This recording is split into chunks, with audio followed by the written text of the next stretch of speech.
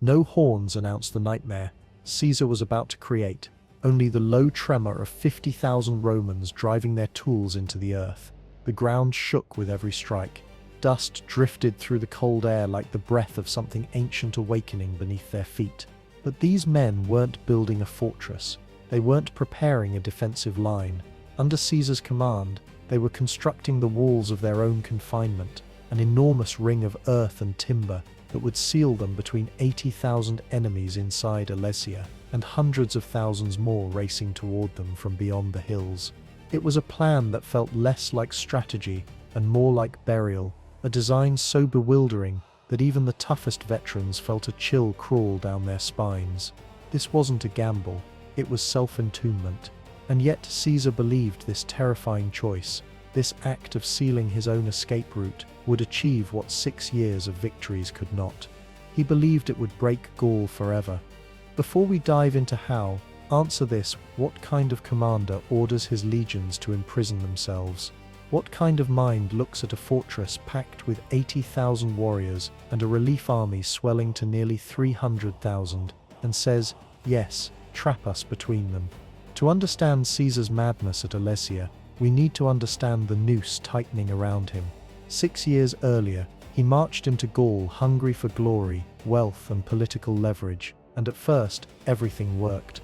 Tribe after tribe fell. Rome thundered with approval. Caesar's fame soared, but control is fragile. While he claimed Gaul for Rome, Gaul itself never surrendered in spirit. Resentment simmered, anger spread, and Caesar knew, if revolt erupted, it would not be a spark, it would be a wildfire, and that wildfire would consume him first. Then came Vercingetorix, the young Arverni noble who changed everything. Gaul was a patchwork of tribes divided by bitter feuds, rivalries, and long memories.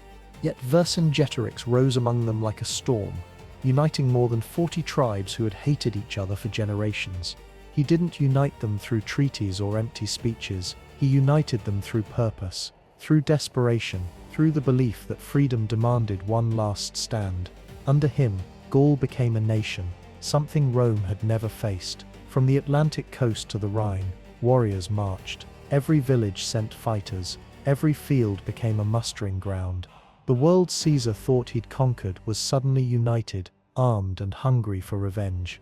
This wasn't rebellion anymore, it was identity, it was survival.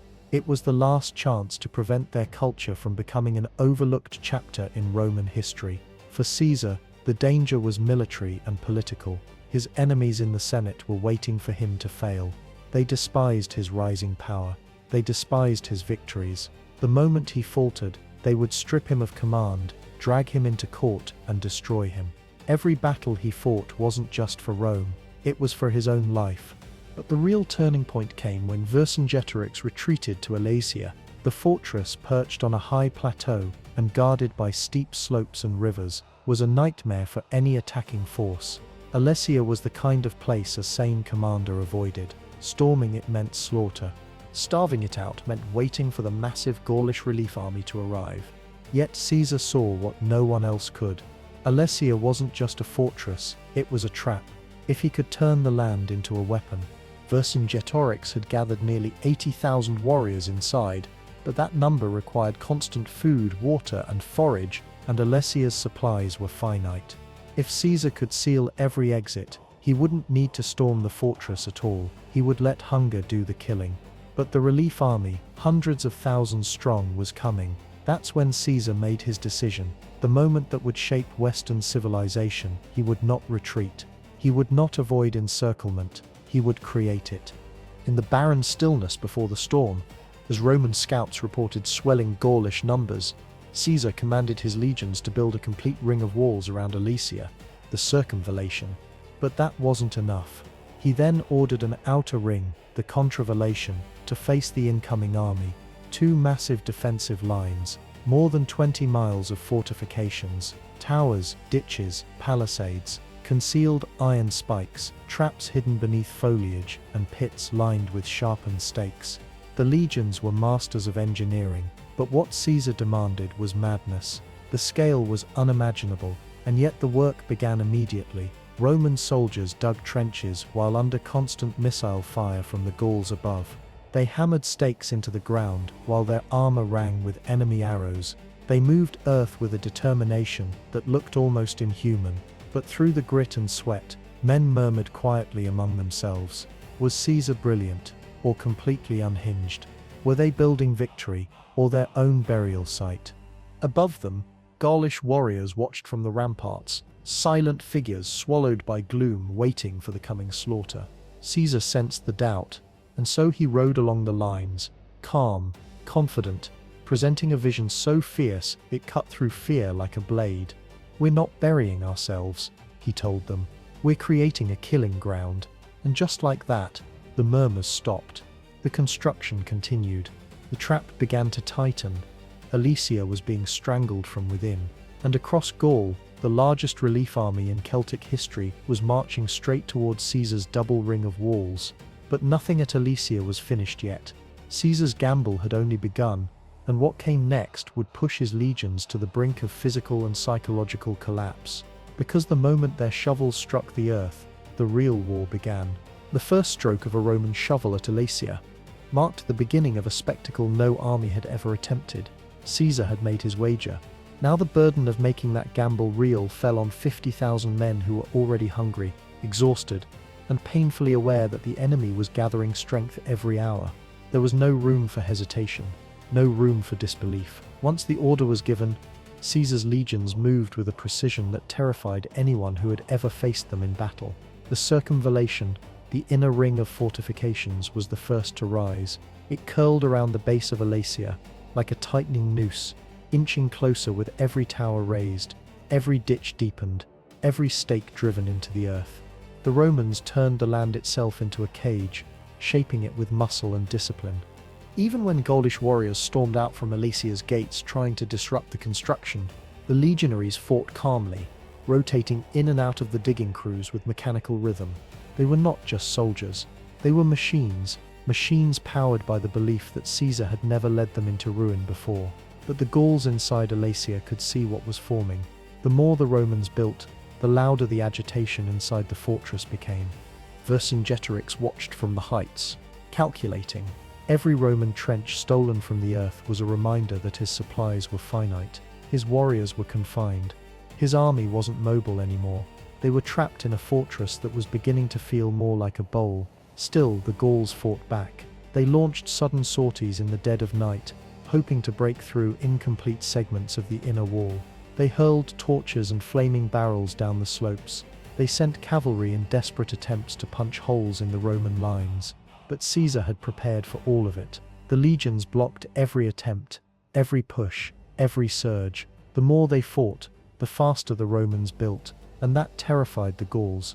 While the circumvallation closed in, Caesar's scouts brought news that changed the tone of the entire siege. They reported huge plumes of dust rising across the horizon. Not one tribe, not three, but dozens. A wave of armed men, tens of thousands strong, moving toward Alesia like a living tide. Vercingetorix's call to arms had worked. The relief army was coming. For the first time, doubt flickered through the Roman ranks. The men glanced at the incomplete walls, at the distance left to build, at the slope leading up to Alesia, at the horizon where the dust was growing. They were caught between two enemies, one above them on the plateau, one racing toward them from the plains. Exhaustion gnawed at their confidence. If the relief army arrived before the fortifications were complete, Rome would die at Alesia. Caesar didn't hesitate. He didn't slow the pace of construction. He doubled it. He delivered the order that even his most trusted officers thought was insane. The legions would build a second wall, an outer ring, the contravallation, to face the approaching relief force. It would stretch across hills, marshes, rocky ridges, and forests. 14 miles outward, 11 miles inward, a total of 25 miles of fortifications manned by only 50,000 Romans. No general had ever demanded anything like this. Build, Caesar commanded. Build as if your life depends on every stake you drive into the earth, because it does. From that moment on, the barren stillness around Alesia erupted into constant motion. Men didn't walk, they sprinted. They didn't dig, They carved into the earth as if time itself were a predator chasing them. Night blended into day. Sleep became something whispered about but rarely experienced. Fires burned through the darkness as engineering officers shouted measurements, angles, and distances. The hammers never stopped. Neither did the pickaxes. Neither did the cries of men being struck by arrows raining down from the fortress above. All the while Caesar rode along the growing walls, calm, steady, unshaken. The more the relief army grew in size, the more composed he appeared. The men began to feed off his certainty. If Caesar wasn't afraid, they refused to be afraid. But the construction wasn't just about height and width. It was about lethality. Caesar demanded obstacles so cruel, so ingenious, that no charging warrior could cross them alive. His engineers created layers of death, hidden pits lined with sharpened stakes, iron spikes buried at angles like ancient landmines, and thick barricades of interwoven branches whose thorns tore flesh from bone. These obstacles weren't just defenses, they were psychological weapons. They forced the Gauls to face the fact that every step toward the Roman lines would cost them blood, and still the Romans built, and still the dust on the horizon grew larger. Soon the first scouting parties of the relief army appeared. Small groups of horsemen tested the outer defenses. They probed the Roman lines, looking for weaknesses, measuring response times. They saw the walls, the towers, the entanglements, the pits. They realized this was no ordinary siege. This was Caesar turning the earth into a labyrinth of slaughter. But even with their best efforts, the Romans couldn't outrun hunger. Food supplies stretched thin. The cavalry horses lost weight. Legionaries rationed grain and chewed stale barley cakes. Nights grew colder. The work never stopped. The Gauls inside Alesia taunted the Romans constantly, yelling insults, banging shields, trying to erode morale. Some shouted promises that the relief army would arrive any day and crush the Roman cage. But Caesar's men kept digging, kept hammering, kept believing, until the moment the scouts returned with news that froze the air in every Roman lung. The relief army wasn't simply approaching, they had arrived, and they were not 100,000 strong, not 150,000, not 200,000, but hundreds of thousands, stretching across the plains in every direction, their campfires turning the night into a sea of flickering orange. The Romans, standing between two walls, finally saw the full scale of what was coming. Inside Alesia, 80,000 desperate warriors. Outside, 250,000 more ready to attack. 50,000 Romans were now trapped between a hammer and an anvil, exactly as Caesar intended. What none of them realized was this: the real terror hadn't even begun yet. At dawn, the Romans finally saw the full scale of what was coming for them. As the sun bled across the horizon, its first rays revealed something so immense, so overwhelming, that even hardened veterans felt their stomachs twist. Stretching across the fields beyond the outer wall, the Gaulish relief army stood in ranks that reached farther than the eye could follow. They filled the hills, the valleys, the open plain, an ocean of shields, spears, and war-painted faces. The murmurs among the Roman lines died instantly.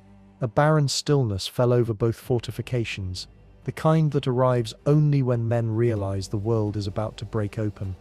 Inside Alesia, Vercingetorix watched as well, and when he saw the relief army assembled in full, he raised his arms toward the sky and let out a cry that echoed from the fortress walls. His warriors answered with a thunder of shields against wood. They knew their moment had come. They were no longer starving prisoners waiting for the end. They were a hammer, and the army below was the anvil. Between them stood 50,000 Romans, with no room to maneuver, no room to fall back, no room for error. The relief army made the first move. A column of Gaulish cavalry galloped forward, probing the outer fortifications, testing for weaknesses. They rode close enough to taunt the Romans, then darted away before arrows could reach them. Behind them, infantry lines began shifting, signals passing from chieftain to chieftain, banners rising and falling, as each tribe took its place for the opening assault. Caesar watched everything from his raised command platform. His calmness was so unnerving that officers couldn't decide whether he was truly fearless or simply refusing to acknowledge the magnitude of what was about to happen. But there was no time to question him. The Gauls below suddenly surged, Tens of thousands charged the outer walls with a roar that shook dust from the Roman towers.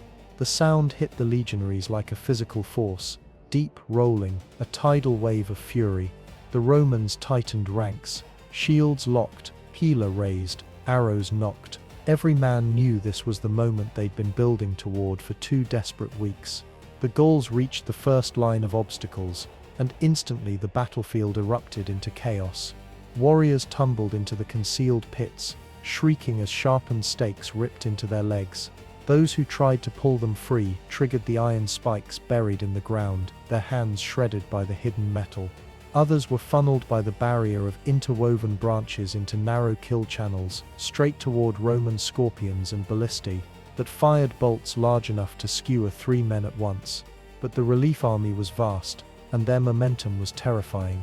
The men in the front died, and the men behind stepped over them. Those who survived the first obstacles reached the base of the rampart and hurled grappling hooks upward. Ladders crashed against the walls. Clusters of warriors climbed into the rain of Roman javelins, teeth bared, eyes wild. The Romans fought with cold precision, every movement practiced, every strike efficient. Pilum first, then gladius. Step back, rotate ranks, shield low, stab upward, yet even their discipline strained under the sheer volume of attackers. Then Alesia erupted.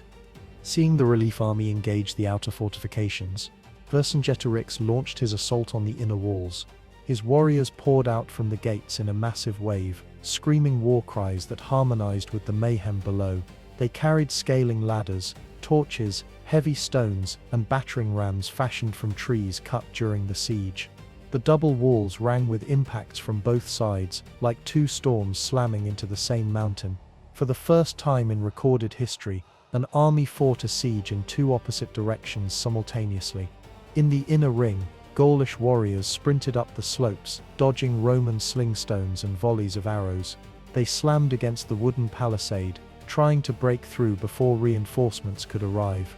The legionaries stationed there had been awake for nearly 2 days, their bodies aching from non-stop labor.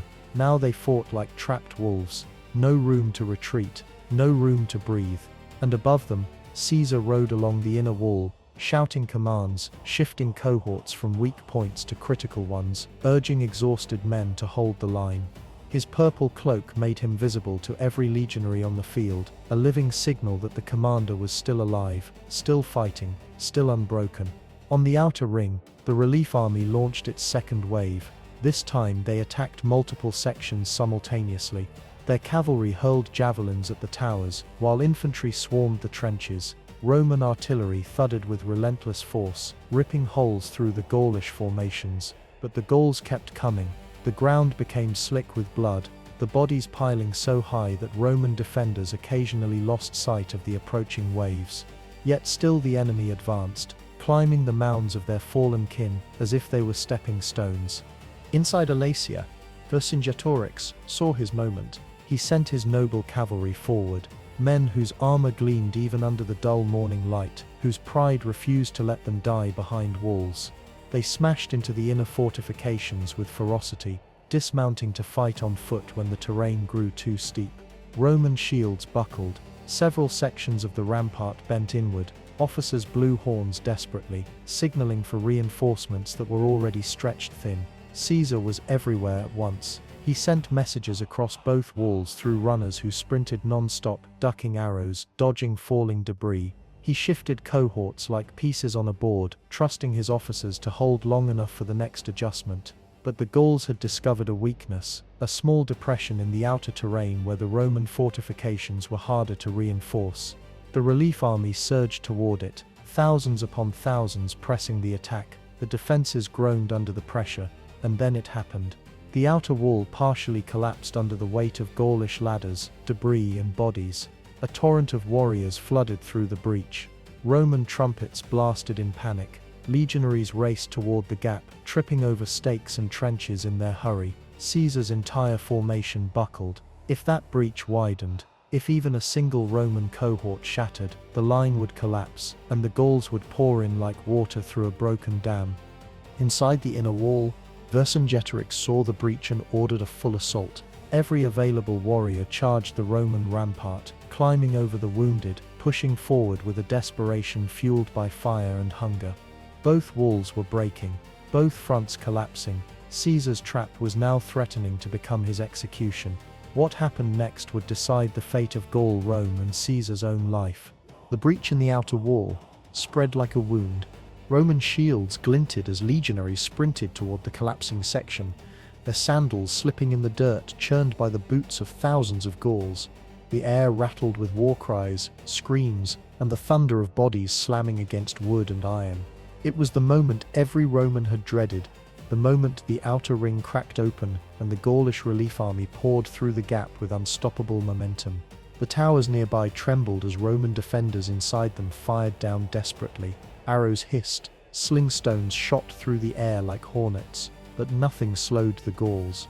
They surged forward in a tightening wave, stepping over the fallen, climbing over mounds of corpses as if they were extensions of the hillside itself. They had found their opening, they had smelled Roman fear, and they were determined to break the siege before sundown. Inside the inner wall, Vercingetorix saw the chaos unfolding below and sensed his chance. He raised his sword and shouted the order that echoed through Alesia. Every available warrior would attack the inner rampart simultaneously. What had been a grinding assault turned into a storm. Gaulish nobles donned their finest armor, bright metal catching the light like shards of the sun, before leading the charge down the slopes. They knew this was the final push. There would be no second opportunity, no reinforcements, no retreat. And as they surged toward the Romans, the sky seemed to tremble. Now Caesar was trapped between two collapsing fronts.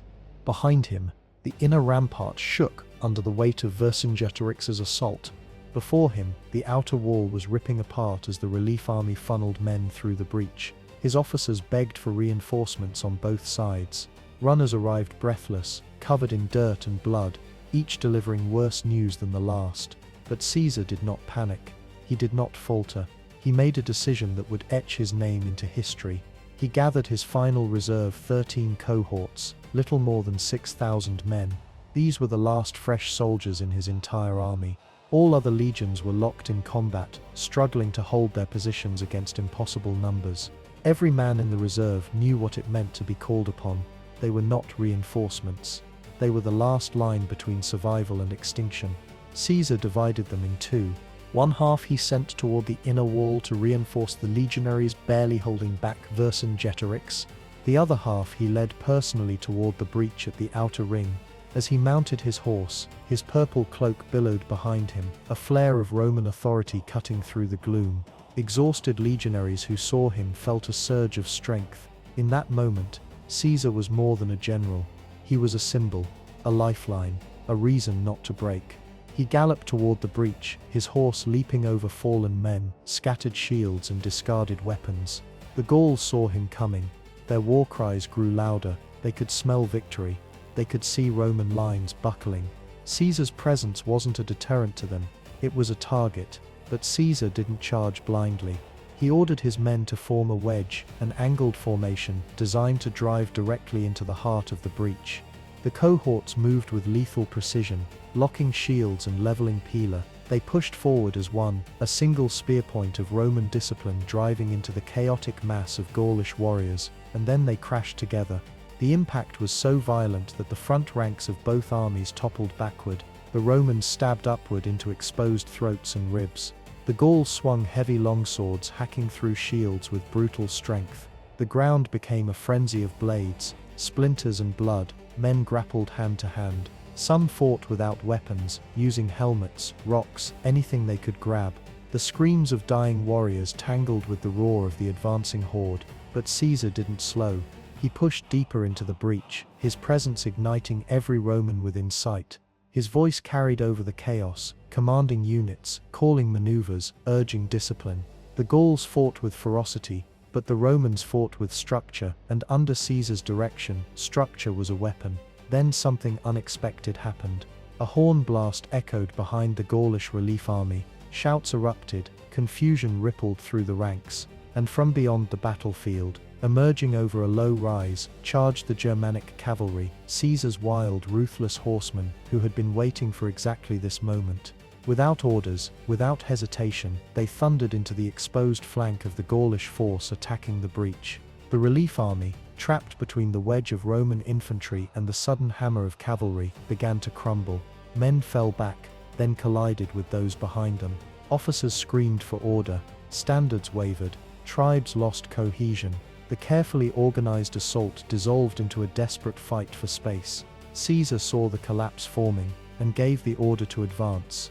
His men surged forward, driving the Gauls back through their own breach, pushing them into the trenches they had moments ago climbed over. Panic spread like fire. Warriors tripped, fell, were trampled by their own comrades. The once endless Gaulish mass broke into splintered fragments, and their fear traveled faster than any Roman blade. Inside Alesia, Vercingetorix's warriors, who had nearly broken the inner wall, heard the horns and screams from the outer battlefield. They slowed, turned, realized what was happening. Their attack faltered. Roman defenders, emboldened, counterattacked fiercely. What had been an inch-by-inch Roman collapse transformed into a sudden reversal. In less than an hour, the entire battlefield changed direction. The relief army broke, not in an orderly retreat. No, they ran. Tens of thousands fled across the valley, abandoning the wounded, abandoning their allies, abandoning any hope of saving Alesia. The Germanic cavalry chased them down with terrifying speed, cutting through stragglers like harvesters through tall grass. From the walls of Alesia, Vercingetorix watched the impossible unfold. The greatest army Gaul had ever assembled was running. The relief force had abandoned him, and his warriors, starving, exhausted, trapped, were now alone. He knew then that the story of his people had reached its breaking point. That night, Alesia fell into a gloom deeper than any the fortress had known. Fires burned low. Warriors sat in silence, knowing their fate was sealed. Mothers comforted children. Leaders argued about whether to fight, starve, or surrender. But dawn brought no answers, only the quiet sight of a white flag rising from the highest tower. Vercingetorix had made his decision. He would surrender himself to Caesar, not for pride, not for mercy, but to spare what remained of his people. Dawn crept slowly across the ridges around Alesia, the way light moves over ruins, careful, quiet, almost reluctant. It revealed a battlefield that no longer moved. The trenches, the pits, the ramparts, the broken ladders, the scorched shields, all frozen in the aftermath of 2 days of relentless slaughter. The ground was thick with mud and blood, trampled into a single unrecognizable mass. Even the wind seemed unwilling to disturb the barren stillness that hung over the valley like a held breath. Inside Alesia, tens of thousands of Gaulish warriors stood motionless. They were not prisoners yet, but they were no longer fighters either.